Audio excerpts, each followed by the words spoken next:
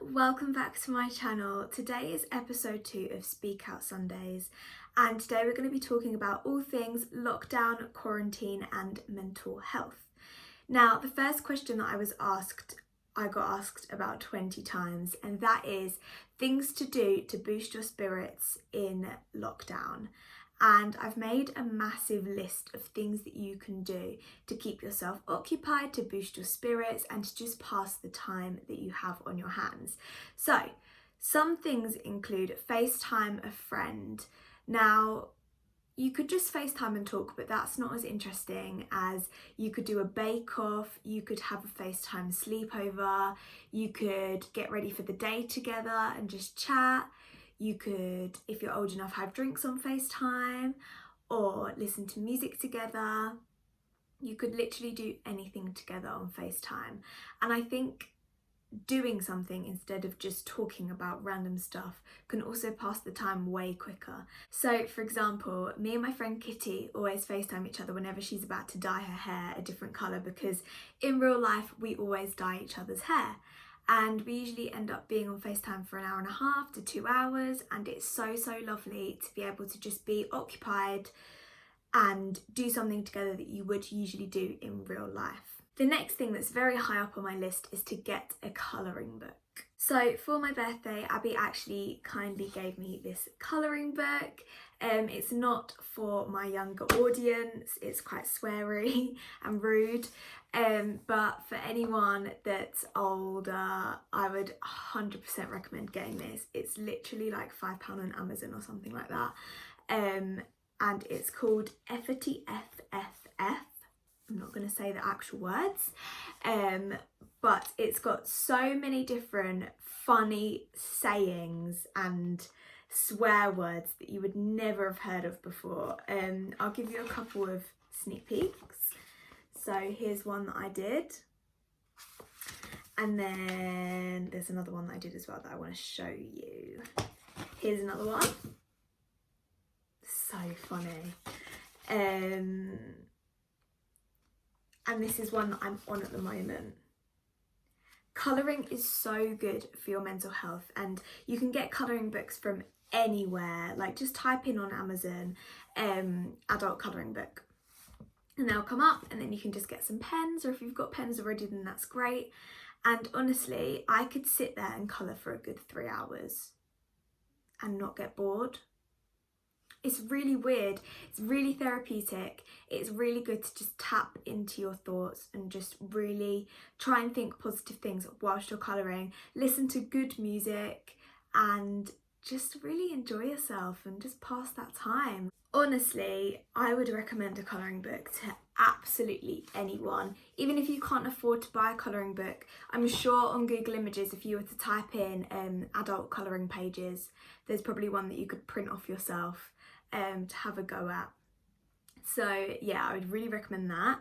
The next thing I'd say is to definitely make a to-do list of things that you want to do or things that you have to do, because as soon as you tick them off, you just feel so much better. I always think that even if I know what I have to do, I'll still write that to-do list and I'll still tick them off because it keeps me motivated for the rest of the day.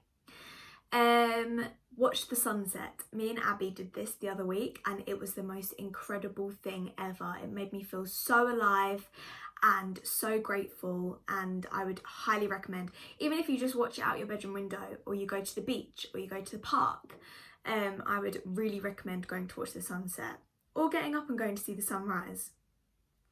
Really gorgeous thing to do. Bake something is a good one.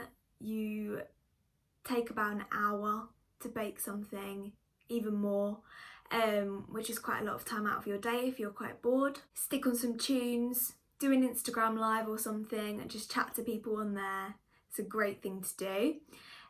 Rearrange or tidy your room. Tidy room is a clean mind, and rearranging your room is always so much fun. It makes you feel like you've got a whole new room, and if you could do that, I would recommend it. I sadly can't because I can't move anything in my room, it's too heavy.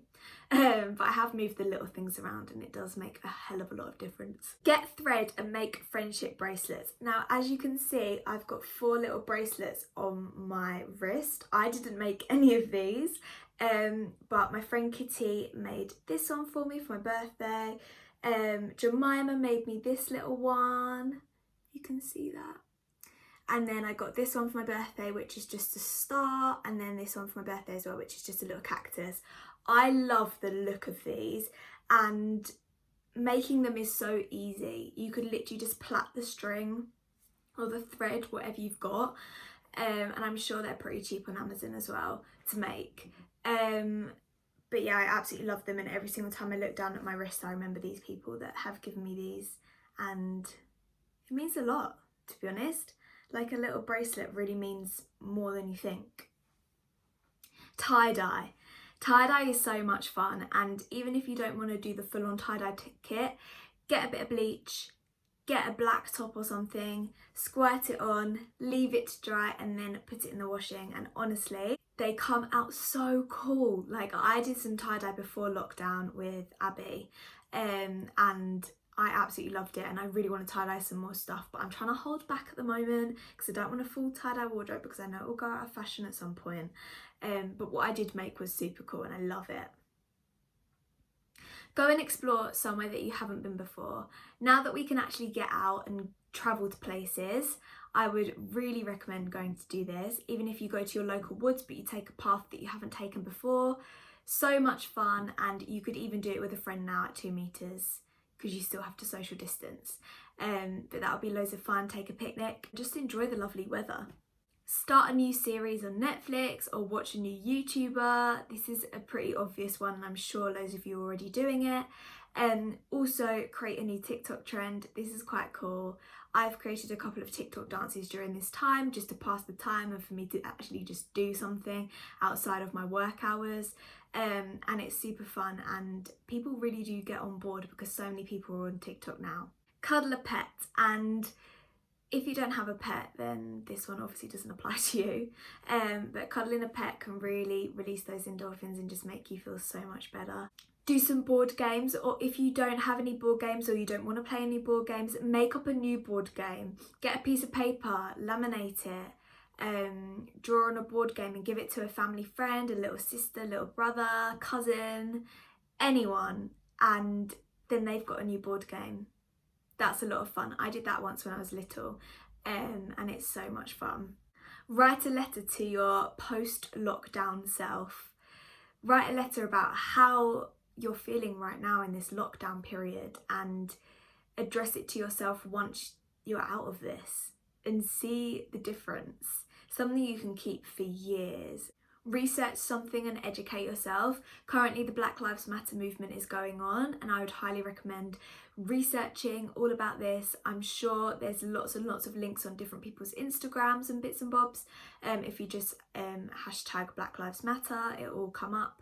And I think it's a time to really educate ourselves about this movement. Right, next question was how to stay positive during lockdown. I would really recommend getting a notebook, any notebook you have, and writing down 10 things that you're grateful for. You can always be grateful for 10 things, even if you don't feel great. And I think this is really, really important to boost your mood and to just keep positive, you know, find the love in the little things. I would also say do affirmations, write down 3 things a day that you are. Positive things, of course, like I am motivated, I am strong, I am caring, I am a good daughter, I am a good dancer, etc, etc, etc. And then stand in the mirror and say those things to yourself. Also, getting dressed and making yourself feel pretty for the day. I would highly recommend doing this because it's so easy at the moment to just lounge around in your pajamas, get your schoolwork done, work from home in your PJs. Put on a nice outfit, even if it's just joggers. Put on something that makes you feel good, and if you want to put makeup on if that makes you feel good too. Do your hair, just make yourself feel a little bit more alive. Get a plant and look after it. Now that the garden centres are open, if you don't feel like you have a purpose, or you don't feel like you have anything to kind of look after or to work towards, buy a plant and look after it.